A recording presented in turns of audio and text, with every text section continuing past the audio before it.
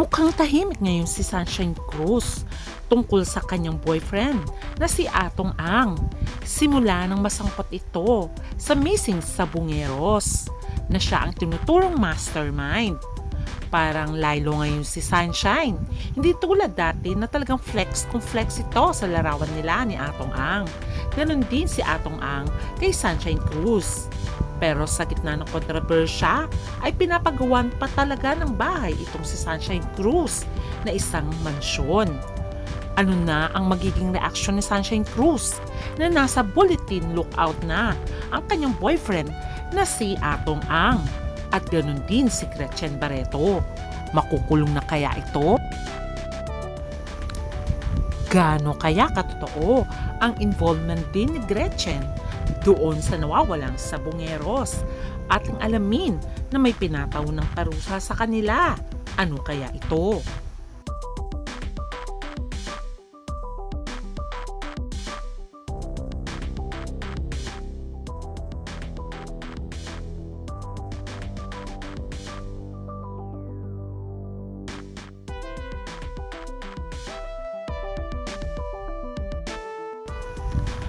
Alam naman natin na very spoiled si Sunshine Cruz kay Atong Ang.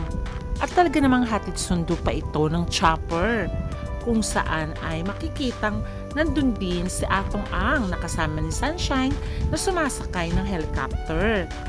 At marami pang bali-balita noon na may pinapagawang mansyon itong si Sunshine Cruz. At talaga naman, spoiler daw talaga itong si Atong Ang. Makikitang masaya silang dalawa bilang magkarelasyon dahil matagal naman ding hinintay ni Atong Ang si Sunshine Cruz. Pero sa gitna nga ng kanilang pagsasaya at pagmamahalan ay biglang nagkaroon ng pagsubok dahil na-involve nga si Atong Ang sa missing sa Bungeros.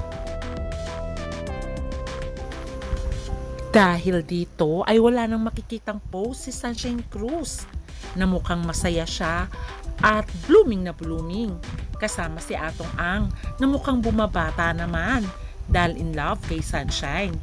Makikita dito dahil sa kontrobersya ay mukhang stress na stress si Atong Ang sa mga nangyayari. Pero malakas ang sinasabi ng witness na si Atong ang dahilan kung bakit nawala ang mga missing sa Bungeros at siya ang tinuturong mastermind. At syempre, ang tinuturong kasabwat ay walang iba kundi si Gretchen Barreto. Pero ayon nga sa kampo ni Gretchen na si Attorney Alma Malonga, nag-release sila ng statement regards with the allegations.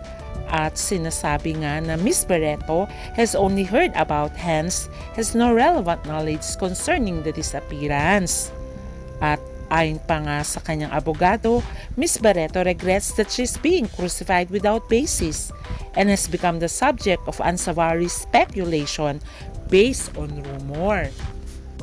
At ang kampo nga ng aktres sa socialite si Gretchen ay talaga namang dininay ang any involvement about the controversial case of missing sa Bungeros ayon sa kanyang attorney. Pero marami ang napapabilib sa star witness na si Julie Dondon Patibongan o alias Totoy dahil binanggit nga niya noon na itinapon daw sa may Taal Lake ang mga bangkay kung saan naman ay may nakuha ng sako-sakong bangkay. Sir, when pa po Mga binanggit ni Patidongan, have been issued local bulletins already. nasa bansa pa rin po ba sila, sir? Kung may isang umalis ng bansa, wala ko. Kaya naman dahil nga sa pangyayari, nagkaroon na ang immigration lookout order versus Atong Ang at Gretchen Barreto over missing sa Bungeros case. Ayon sa Department of Justice, nag-release sila on Friday that immigration lookout bulletin order against businessman Charlie Atong Ang and actress Gretchen Barreto. Kasama din sa lookout bulletin ay walang iba ang retired General Jonel S. Tomo and over 50 respondents involved in the case of missing sa Bungeros. Kaya naman pinag-utos na higpitan na baka makalabas ng bansa si Gretchen at Atong Ang. Pero ayon pa kay Chief Justice Remulla, ay nakalabas na daw ng bansa ang mga kapatid ni Atong Ang. Ayon pa kay Remulla, the panel of prosecutors will start issuing subpoenas once they receive the records of the case. Samantalang idininay ni Atong Ang, Gretchen Barreto at Estomo ang kanilang involvement sa missing Sabongeros at sila ang mastermind. Kaya naman ay itong ating abangan kung talagang may kasalanan nga ang tatlo. Ayon pa nga kay DOJ, ay natagpuan daw ang mahigit 401 skeletal fragments from 17 different locations. Kaya naman matindi talaga ang allegation kay Gretchen at kay Atong Ang. Dahil nga sa unti-unting paglinaw ng kaso, ay mukhang stress na stress si Atong Ang.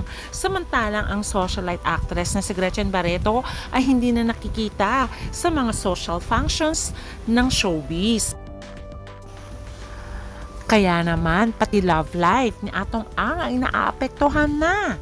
Dahil mukhang gusto nang makipagkalas ni Sunshine Cruz kay Atong Ang dahil sa mga nangyayaring problema kay Atong Ang at mukhang ayaw niyang madamay dito pagkatapos regaluhan siya ni Atong Ang ng mansyon ayon sa mga chismis na naglalabasan. Kaya abangan na lang natin kung may forever kay Sunshine at kay Atong Ang. Kaya naman, iba't ibang opinyon ng mga tao. Marami din nagsasabi na dapat kung mahal mo ang isang tao ay hindi mo hiwalayan. Dapat nandyan ka para sa kanya. Pero marami din nagsasabi na protektahan mo ang iyong sarili.